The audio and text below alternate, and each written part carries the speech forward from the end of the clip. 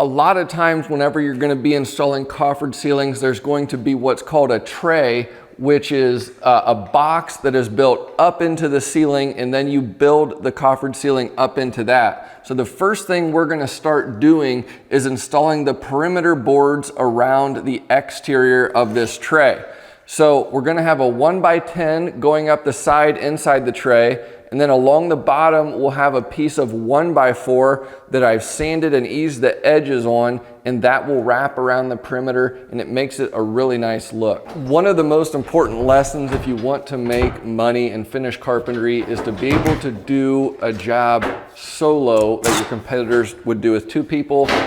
Here I've got this 16-foot long 1x10. Pretty tough to hold that up and nail it off at the same time accurately. So this is a trick I've done for years on these coffered ceilings. I just take a scrap board, this is just a 1x4, screw it on both sides here, and what I've made is a nice ledge that I can set this 1x10 on whenever I'm installing it. Makes it super easy to install.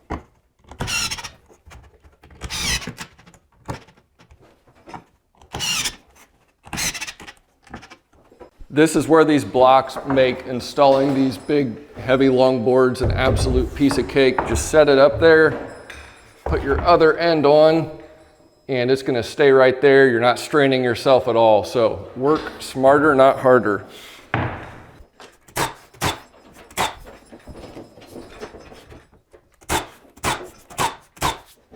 Now here's where I'm gonna share my secret sauce with you for this style of coffered ceiling. Nothing is cut square.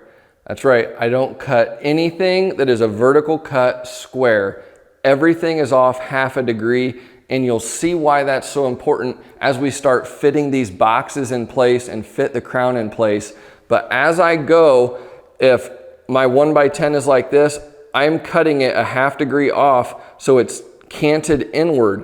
And what that is gonna do, it's gonna allow us to install the boxes more easily, and then whenever it's time to install the crown, they're just gonna pop right into place effortlessly. So even whenever I'm cutting these perimeter boards, I'm actually installing them 1/2 degree out of plumb. Here's a close-up shot of this 1x10 we're about to install.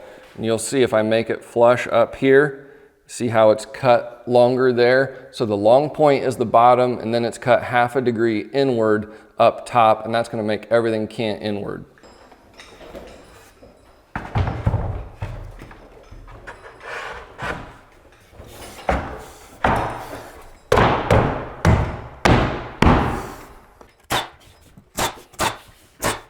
Okay, now you notice the shims at the top of the corners here. Now this board, if you remember right, we cut it 1/2 degree out of plumb. So that's nice and tight, and you use that shim to push it over tight. So we were exact measurement tight on the bottom, but then it cut upward here, so that shim pushes it over. And then you wanna just take your square and put it up into the corner.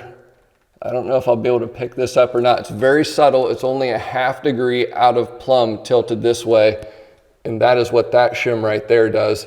It'll all make sense later on. All right, guys, we have successfully completed our 1x10 all the way around the perimeter. Now there are a couple more things that I want to show you that are really important to making this whole process go really smoothly and getting really crispy results. One of the first things, and I have learned this over the years, and I always try to make this happen, this corner right here, it is way easier to do this if you do not have a drywall corner bead on there. If the drywallers put a corner bead on there, it makes everything tilted and all jacked up. So I always try and communicate to the project manager and tell him to make sure that they do not put a corner bead on this corner and mud it, because it's way easier to do this detail if there's no corner bead.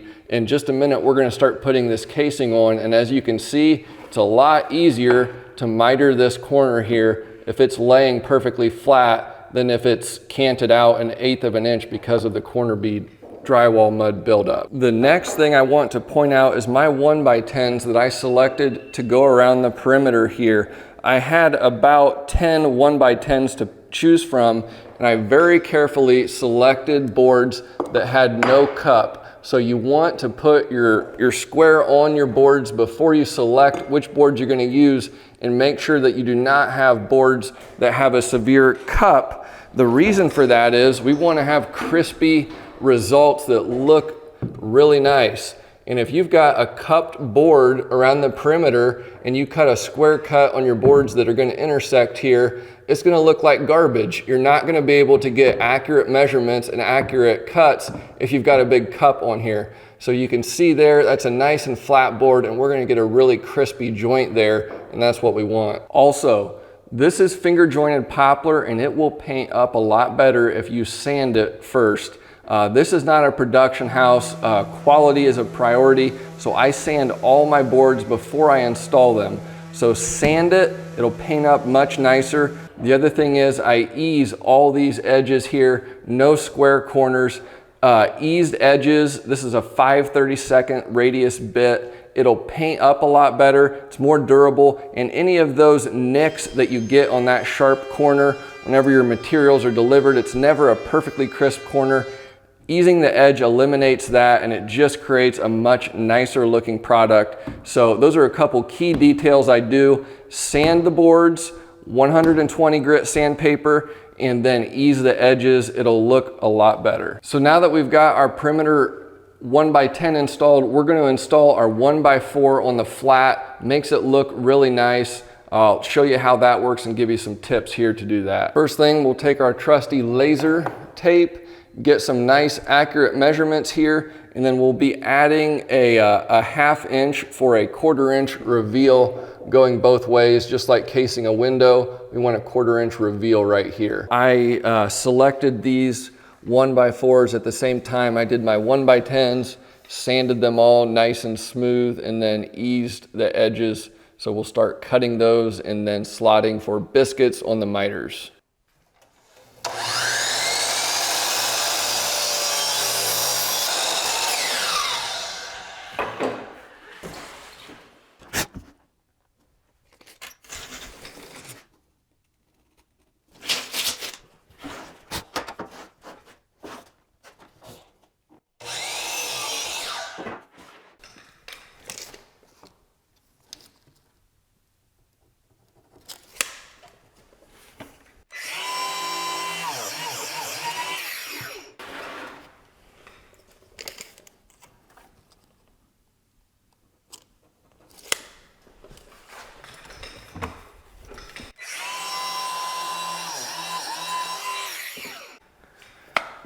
I generally carry a 16-foot tape, but sometimes it's just nice to have a 25. Once you get into these longer pieces, the 16-foot can just be really annoying.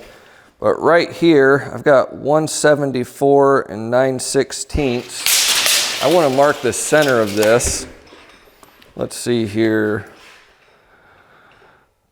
174 inches and 9/16 divided by 2 equals 87 and 5/16 strong. This will make more sense in a second, but I went ahead and marked the center line here, and that's going to make it easier to get this in place. So I've got the center marked here, and then I also have the centers marked up there all the way around. Just makes it easier for installing them. Alrighty, our perimeter band boards are cut. One here, laying there, one up on the scaffolding, and right here. So these have a number 20 biscuit, and we'll go ahead, I'm loaded up here, got my number 20 biscuits, got a handful of pinch dogs, we'll use those on the miter, and glue. So ready to get up on the scaffolding. So here, holding these 16-foot long boards up alone, it's very helpful to have the center marked up here on the board, and then also here on the casing as well. So that way I can stand in the middle and I can know that my 1/4 inch reveal will be correct on the ends without having to have my eyeballs down there looking at it.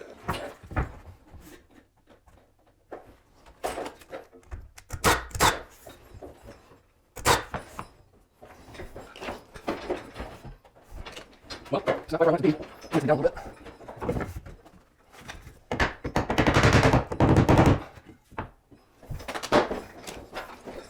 That's better.